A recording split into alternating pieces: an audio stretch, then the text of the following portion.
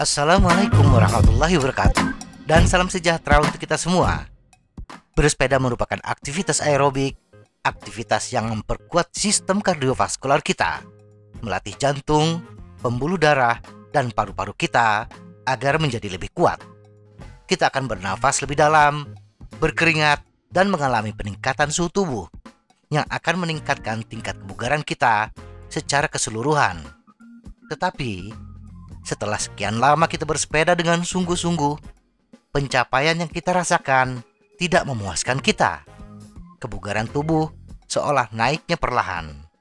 Jika kita memiliki hasil yang kurang bagus, berikut adalah beberapa alasan kenapa kebugaran tubuh tidak sesuai dengan harapan kita.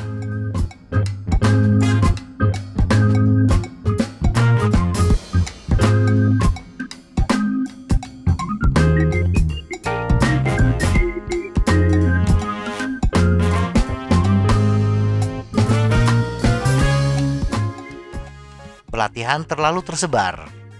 Perhatikan jenis latihan kita. Latihan yang tidak terfokus pada satu titik bisa menjadi penyebab kebugaran tubuh tidak menghasilkan hasil yang memuaskan.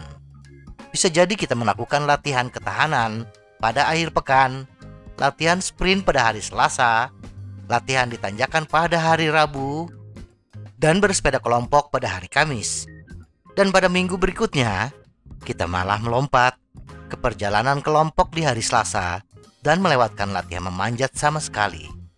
Premis dasar periodisasi mengatakan kita harus fokus pada sesuatu, apapun itu, untuk membebani sistem dan merangsang adaptasi. Ketika kita baru memulai bersepeda, pesepeda pemula, hanya bersepeda santai saja, kita sudah bisa merasakan hasil yang signifikan.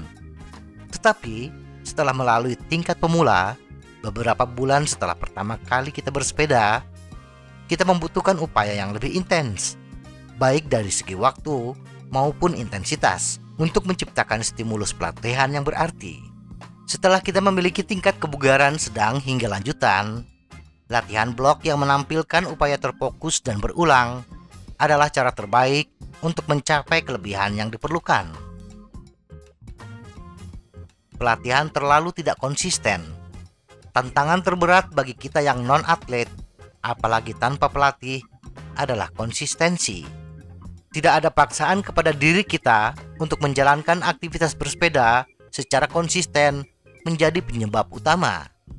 Kadang-kadang, minggu ini kita begitu bersemangat untuk bersepeda, tetapi minggu depan, kita bahkan tidak bersepeda sama sekali. Entah karena kesibukan, bahkan tak jarang, disebabkan oleh kemalasan kita sendiri. Inkonsistensi adalah penyebab utama mengapa kita gagal mencapai kebugaran tubuh yang kita inginkan. Kita bisa jadi melakukan latihan dengan sempurna untuk satu sesi, tetapi bila latihan tidak terjadwal dengan baik, hasilnya pun tidak akan memuaskan kita. Pelatihan yang hilang berarti kita mengurangi total beban kerja kumulatif, baik dalam hal intensitas, waktu, maupun pengeluaran kalori untuk satu periode pelatihan. Kualitas latihan individu tidak dapat mengisi kekosongan itu. Ubah jadwal kita agar lebih konsisten, atau ubah ekspektasi kita agar lebih realistis. Overtraining.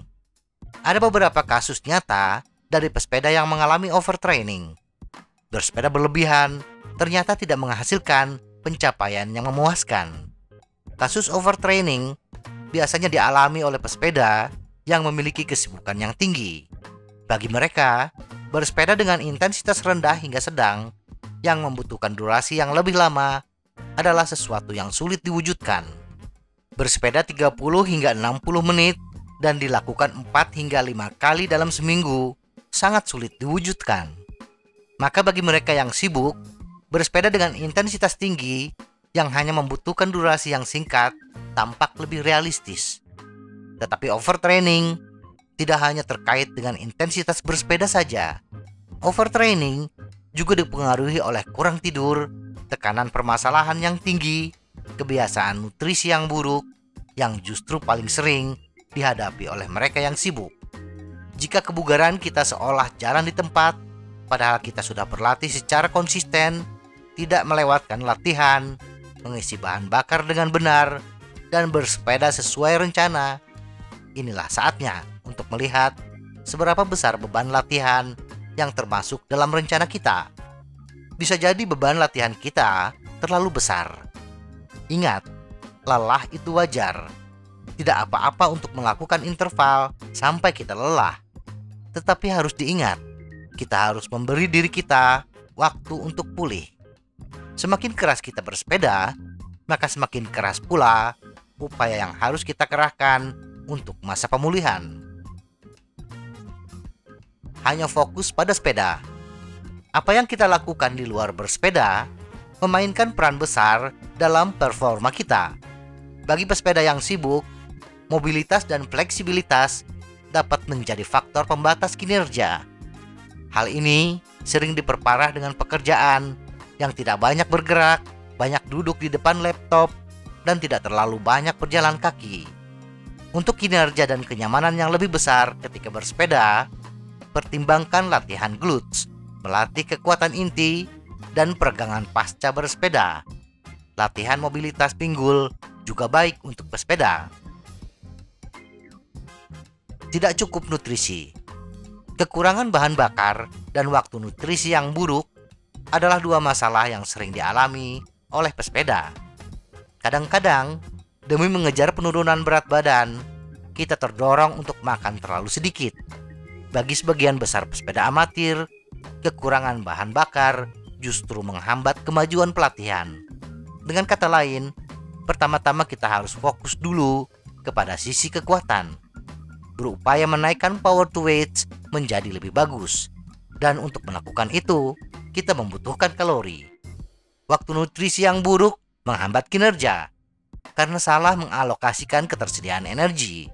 Ada waktu untuk protokol pelatihan ketersediaan karbohidrat rendah, tetapi tidak sebelum latihan interval yang keras. Latihan interval berintensitas lebih tinggi, lebih efektif ketika kita memulai dengan simpanan karbohidrat penuh.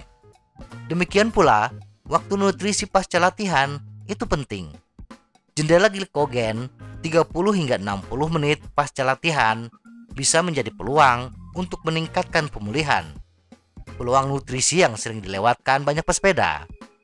Untuk pemulihan yang lebih baik dan peningkatan sintesis protein otot, usahakan untuk mengkonsumsi protein 1,4 hingga 2 gram per kilogram berat tubuh per hari. Namun, konsumsilah dalam porsi 20 hingga 40 gram protein sepanjang hari, bukan dalam 1 atau 2 porsi besar. Apa yang harus kita lakukan ketika kita mendapati diri gagal untuk meraih tingkat kebugaran yang kita inginkan? Lupakan saja. Apa yang dilakukan sudah selesai. Gagal itu menyebalkan.